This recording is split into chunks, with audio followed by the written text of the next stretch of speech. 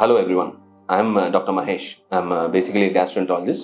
இன்னைக்கு நம்ம பார்க்க போகிற ஒரு இம்பார்ட்டன்ட் டாபிக் உடல் பருமன், அதாவது ஓவர் வெயிட் இல்லைனா ஒபிசிட்டி அப்படின்னு சொல்லுவோம். இனிஷியலாகவே ஐ வில் டிஃபைன் திஸ். இப்போ ஓவர் வெயிட் அப்படின்னு நம்ம ஒருத்தர் சொல்லணும் அப்படின்னா, சில பேர் ரொம்ப டாலாக இருப்பாங்க. அவங்க பார்த்தீங்கன்னா 90 kgs இருப்பாங்க. So they may not be over weight. இதே ஒரு 5 feet ஒருத்தர் இருப்பார், பட் 90 kg இருந்தாலும் he comes under over weight, உடல் பருமன் இருக்குன்னு அப்படின்னு எடுத்துக்குவோம். ஸோ நம்ம ஒரு ஹைட், அதுக்கு உண்டான வெயிட் எவ்வளோ இருக்கணும் அப்படின்னு சொல்லிட்டு கால்குலேட் பண்ணுவோம். அது பாடி மாஸ் இண்டெக்ஸ் அப்படின்னு சொல்லுவோம். ரொம்ப சிம்பிளாக ஞாபகம் வச்சுக்கணும்னா kg/m², அதான் அதோட unit. So weight divided by அவங்களுடைய height in metres to the square. So இது ரொம்ப ஈஸியான கால்குலேஷன். இதை பேஸ் பண்ணி நம்ம அவங்கள கேட்டகரைஸ் பண்ணலாம். ஃபார் எக்ஸாம்பிள், ஒருத்தர் பாடி மாஸ் இண்டெக்ஸ் ஒரு 25 to 30 இருக்காரு அப்படின்னா ஒரு ஓவர் வெயிட்னு எடுத்துக்கலாம். இதே இன்னொருத்தர் 30 to 35 இருக்காரு அப்படின்னா அவர் கிளாஸ் 1 ஒபிசிட்டி அப்படின்னு சொல்லுவாங்க, இல்லைன்னா mild obesity. Moderate or class 2 அப்படின்னு வரும்போது ஒரு 35லேருந்து 40 வரைக்கும் இருக்கலாம். அபவ் 40 வரும்போது கிளாஸ் 3 ஒபிசிட்டி, அது சிவியர் ஒபிசிட்டி கீழே வருது. இப்போ அபவ் 50 சில பேர் இருப்பாங்க, அவங்கள சூப்பர் ஒபிஸ் அப்படின்னு சொல்லுவோம். ஸோ இதை தவிர மற்ற மெஷர்ஸ் ஆஃப் ஒபிசிட்டிலாம் இருக்குது. நம்ம will stick on to the body mass index. So இப்போ உடல் பருமனாக இருக்காரு அப்படின்னா அது என்ன, எல்லாரும் நிறைய பேர் இருக்காங்க, அதனால என்ன இப்போ அப்படின்னு நம்ம யோசிக்கலாம். பட் இந்த மாதிரி உடல் பருமனாக இருக்கிறவங்கள இயர்ஸ் டுகெதர், டெக்கேட்ஸ் நம்ம ஃபாலோ பண்ணும்போது இது வெஸ்ட்டில் நிறைய ஸ்டடி பண்ணியிருக்காங்க. பண்ணுறப்போ அவங்களுக்கு ஒரு ஹார்ட் ப்ராப்ளம் வரதுக்கு, பிபி வரதுக்கு, சுகர் வரதுக்கு, கொலஸ்ட்ரால் வரதுக்கு, அதுக்கப்புறம் தூங்கும்போது மூச்சு அடைப்பு, அப்ஸ்ட்ரக்டிவ் ஸ்லீப் அப்னியான்னு சொல்லுவோம், அந்த மாதிரி இன்க்ளூடிங் கேன்சர்ஸோடைய ரிஸ்க் அதிகமாக வருது. இந்த மாதிரி நிறைய ப்ராப்ளம்ஸ் அவங்களுக்கு வரதாக கண்டுபிடிச்சிருக்காங்க. ஸோ எப்பவுமே முன்னெல்லாம் ஒபிசிட்டி அப்படின்னும் போது ஒரு ஸ்பெசிஃபிக் நோயை எடுத்துக்க மாட்டோம். இப்போ அதையும் நம்ம ஒரு டிசீஸாக எடுத்துக்கிறோம். ஜென்ரலாகவே ஒருத்தர் ஓவர் வெயிட்டாக இருந்தார் அப்படின்னா அவங்க என்ன மெடிக்கல் ட்ரீட்மெண்ட் போனாலும் it will complicate the outcome of that particular medical treatment. So for example, எங்கள் ஃபீல்டு சர்ஜரிக்கு வராங்க பேஷண்ட்னா கொஞ்சம் ஒபிஸாக இருந்தாங்கன்னா எங்களுக்கு அவங்க அனஸ்தீசியா கொடுக்குறதா இருக்கும், சர்ஜரி பண்ணுறதா இருக்கும், கொஞ்சம் டிஃபிகல்ட்டாக இருக்கும். ஓகே, இப்போ இது வெஸ்டர்ன் பாப்புலேஷனில் ஸ்டடி பண்ணியிருக்காங்க. நம்ம ஊரில் எப்படி அப்படின்னு பார்த்தீங்கன்னா, நம்ம ஊரில் ஒரு 2.5 அந்த பிஎம்ஐ எல்லா ரேஞ்சுக்குமே கம்மியாக எடுத்துக்கணும். நம்மளுடைய பாடி ப்ரொஃபைல் கொஞ்சம் டிஃப்ரெண்ட். ஓகே, ஸோ இப்போ நம்ம என்ன ப்ராப்ளம்ஸ்லாம் வரலாம் அப்படின்னு பார்த்தோம். இதை தவிர இதுக்கு என்ன தீர்வு அப்படின்னு யோசிச்சிங்கன்னா, ஃபர்ஸ்ட் ஆஃப் ஆல் நம்ம அந்த பேஷண்ட் ஸ்டடி பண்ணணும். இதுக்கு ஏதாவது காரணங்கள் இருக்கா, ஏதாவது கரெக்டபிள் ரீசன்ஸ். ஃபார் எக்ஸாம்பிள், சில பேர் ஓவர் வெயிட்டாக இருப்பாங்க, வெயிட் கெயின் ஆகிட்டே இருக்கும், கொஞ்சம் ஸ்லோ ஆவாங்க, அதெல்லாம் தைராய்டெலாம் செக் பண்ணி பார்ப்போம். அதெல்லாம் நம்ம கரெக்ட் பண்ணக்கூடிய விஷயங்கள். இல்லை கொஞ்சம் தான் ஓவர் வெயிட்டாக இருக்காங்க, எக்ஸசைஸ் பண்ணுங்கன்னு சொல்லுவோம், டயட்டிங் இருக்குன்னு சொல்லுவோம், ஸோ ஆல்சோ கரெக்டபிள். ஸோ அந்த மாதிரி சில ஹார்மோன்ஸ்லாம் செக் பண்ணுவோம், அதெல்லாம் அதிகமாக இருக்கா அப்படின்னு சொல்லிட்டு பார்ப்போம்.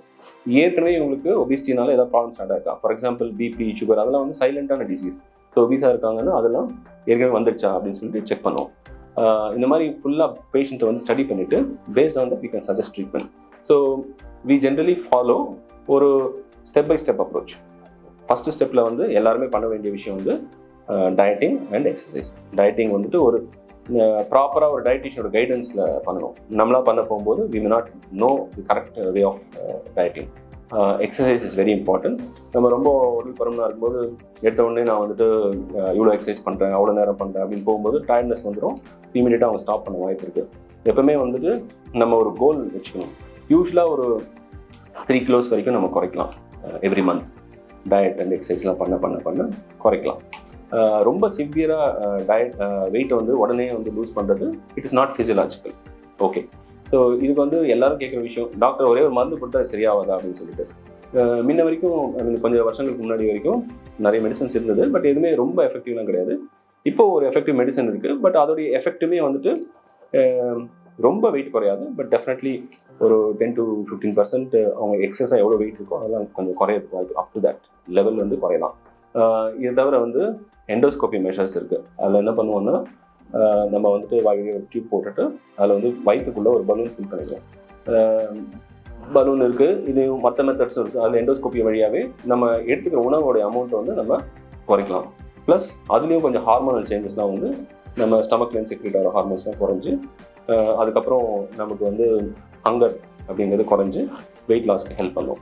இதெல்லாம் இருக்கும்போது there is a very very durable and very powerful way of reducing weight. அது யாருக்கு நம்ம கன்சிடர் பண்ணுவோம்னா, ஏற்கனவே டயட் கன்சிடர் பண்ணிட்டாங்க, எக்ஸசைஸ் பண்ணிட்டாங்க, மற்ற மெஷர்ஸ்லாம் பண்ணிட்டாங்க, சவுண்ட் மைண்டில் இருக்காங்க. சில பேர் வந்து ஒபிசிட்டி வந்து ஒரு அவங்க மைண்டை போட்டு உலுக்கிட்டு இருக்கோம். அவங்க அந்த மாதிரி இல்லாமல் கொஞ்சம் காமாக இருக்கிறவங்க, ஸ்டேபிளாக இருக்கவங்க, அந்த மாதிரி பேஷண்ட்ஸ் வந்து நம்ம வந்து எல்லாமே ட்ரை பண்ணிட்டாங்க. அப்படிங்கும்போது அவங்களுக்கு வந்து நம்ம சர்ஜரி ஆஃபர் பண்ணலாம். நீங்கள் நிறைய பேர் கேள்விப்பட்டிருப்பீங்க, இட்ஸ் கால் பேரியாட்ரிக் சர்ஜரின்னு சொல்லுவோம். அது இப்போ அழகாக வந்து நம்ம லேப்ரோஸ்கோப்பிலே பண்ணலாம். அதில் இன்டெஸ்டைன்ஸோடைய பகுதிகளை வந்து கொஞ்சம் சைஸை குறைக்கிறதோ இல்லை மாற்றி அமைக்கிறதுனால அவங்க வந்துட்டு வெயிட் வந்து நல்லாவே குறைய ஆரம்பிக்கும். இன்ஃபேக்ட் நம்ம வந்து கிட்டத்தட்ட ஒரு 50% 70%, 75% வரைக்கும் எக்ஸஸாக என்ன வெயிட் இருக்கோ அதெல்லாம் குறைக்கலாம் வித் பேரியாட்ரிக் சர்ஜரி. பேரியாட்ரிக் சர்ஜரிங்கிறது ஒரு காஸ்மெட்டிக் சர்ஜரி கிடையாது. நம்ம நிறைய பேர் அதை நினச்சிட்டு வராங்க, இன்னைக்கு ஆப்ரேஷன் பண்ணிட்டா நாளைக்கே வெயிட் குறைஞ்சிரும், அந்த மாதிரி கிடையாது. ஸோ சில பேர் அதை கேட்பாங்க, பாடி ஃபேட்லாம் நிறைய ஆக்டர்ஸ்லாம் பண்ணிக்கிறாங்க, அதெல்லாம் குறைக்கிறது எப்படி அப்படின்னு சொல்லிட்டு. அது வந்துட்டு இந்த லைப்போசெக்ஷன் அப்படிங்கிற ரொம்ப காமன் ஒரு சர்ஜரி இருக்குது. அது லோக்கலாக எங்கேயாவது ஃபார் எக்ஸாம்பிள் இங்கே ஃபேட் இருக்குது அப்படின்னா அதை குறைக்கலாம். இல்லை வயிற்று பகுதியில் ஃபேட் இருக்குது, ஸ்கின்னு கீழே இருக்குன்னா அதெல்லாம் குறைக்கலாம். நம்ம அதுவும் ஒரு சின்ன சர்ஜிக்கல் ப்ரொசீஜர் தான். அதை வந்து அந்த ஃபேட்டை மட்டும் எடுத்து விடலாம். But it is not a long term solution. என்னதான் அந்த ஃபேட்டை எடுத்தாலும் கொஞ்ச நாள் கழிச்சு நம்ம அதே மாதிரி லைஃப் ஸ்டைல் லீட் பண்ணோம்னா திரும்பி வர வாய்ப்பு இருக்குது. ஸோ நம்ம வந்து ஸ்டெப் வைஸ் ட்ரீட்மெண்ட்டை வந்து ஒபிசிட்டி பேஷண்ட்ஸ்க்கு கண்டிப்பாக கன்சிடர் பண்ணணும். டயட்டு வந்து ஒரு டயட்டிஷியன் கிட்ட அட்வைஸ் எடுத்துக்கிட்டு பண்ணணும். அண்டு உங்கள் டாக்டர்கிட்ட பேசுங்க, எந்த மாதிரி பேஷண்ட்ஸ்க்கெல்லாம் வந்து எண்டோஸ்கோபி இஸ் பெட்டர், எந்த மாதிரி பேஷண்ட் சர்ஜரி இஸ் பெட்டர்னு அவங்களே உங்களுக்கு அட்வைஸ் பண்ணுவாங்க. அதுக்கேற்ற மாதிரி நம்ம வெயிட்டை குறைச்சிக்கலாம். ஸோ தட் ஃபியூச்சரில் காம்ப்ளிகேஷன்ஸ் எல்லாத்தையுமே வந்து நம்ம லிமிட் பண்ணலாம். தேங்க்யூ.